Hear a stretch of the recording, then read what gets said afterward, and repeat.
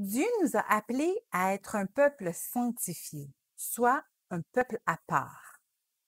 Plusieurs passages dans la Bible comparent le salut à une nouvelle naissance, à une nouvelle vie. Qu'est-ce que cela signifie pour notre célibat ou notre temps de fréquentation?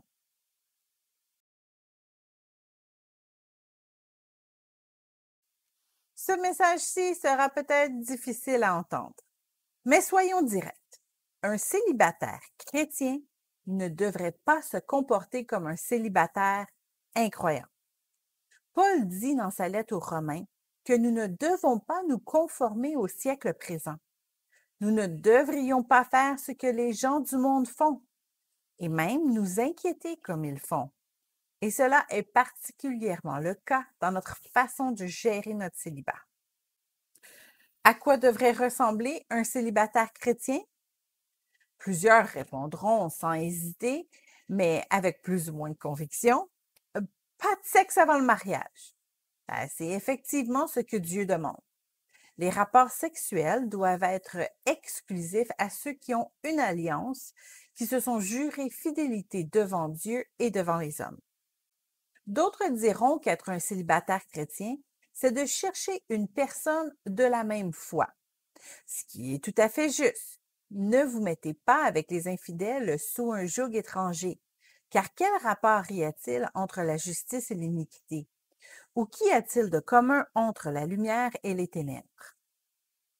Mais ces deux arguments, bien qu'ils soient essentiels, toute personne religieuse peut les suivre. Quelques incroyants choisissent même de se garder pour le mariage pour aucune raison spirituelle, mais seulement par romantisme. Alors, qu'est-ce qu'un célibataire chrétien devrait vraiment être? Comment sera-t-il vraiment différent des célibataires incroyants? D'abord, il aura une communion personnelle avec Dieu. Dans son processus de fréquentation et même avant, il consultera Dieu d'abord. Chaque personne est différente. À certains de ses enfants, Dieu ne permettra pas telle action. À d'autres, Dieu exigera autre chose. Le plan de Dieu est différent pour chaque personne. Après que Jésus ait dit à Pierre ce qu'il allait lui arriver, Pierre a pointé Jean et a demandé à Jésus ce qu'il allait arriver à Jean. La réponse de Jésus: si je veux qu'il demeure jusqu'à ce que je vienne, que t'importe? Toi, suis-moi. Ou en d'autres mots, ce n'est pas de tes affaires. C'est ce qui lui sera demandé. Toi, fais ce qui t'est demandé. Qu'est-ce que Dieu vous demande de faire, vous, en tant que célibataire?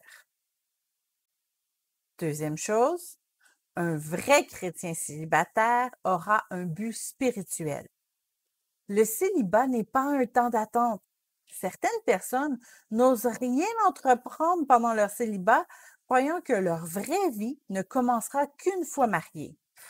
Quelle perte de temps! Pendant notre célibat, Dieu peut nous utiliser puissamment. C'est d'ailleurs souvent en le servant avec passion que nous rencontrons notre futur partenaire de vie. Être différent des célibataires du monde est de profiter de notre célibat pour servir Dieu au meilleur de notre capacité, de nos dons et nos talents, avec un agenda et un cœur non divisés. Troisième chose, un célibataire vraiment chrétien se donnera les outils pour rester ferme. Un célibataire chrétien sérieux dans sa relation avec Christ ne voudra surtout pas se refroidir en cherchant une partenaire. Pour éviter de tomber, pour éviter de devenir trop préoccupé par nos recherches, il est bon de s'engager dans une forme de redevabilité avec une autorité spirituelle. Quelqu'un qui sera là pour nous observer et nous mettre les freins si nous avançons trop vite ou si nous allons dans une mauvaise direction. Quatrième chose, un célibataire chrétien cherchera les conseils des sages. Lorsque nous sommes célibataires, nous demandons généralement conseil à plusieurs personnes. Nous sommes tellement excités de notre relation que nous demandons à presque tout le monde: qu'est-ce que tu penses de ce gars-là? Qu'est-ce que tu penses de cette fille?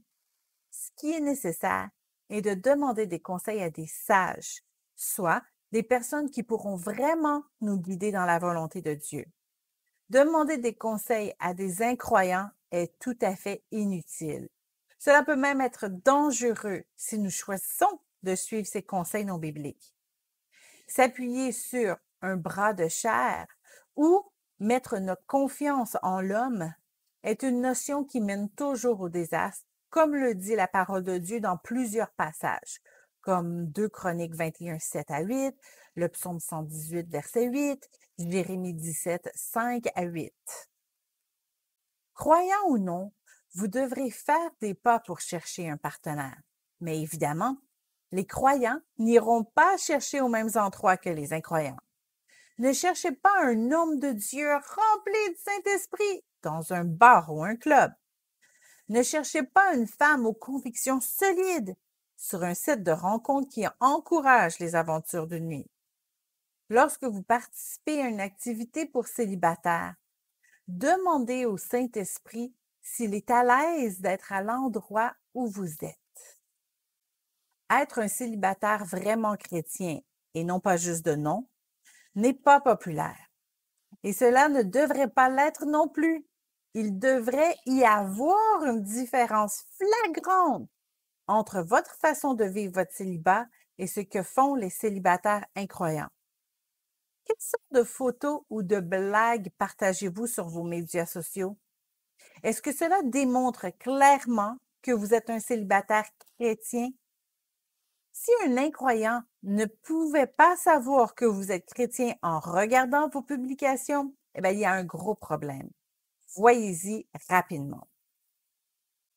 Rappelez-vous toujours que votre salut est plus important que votre statut.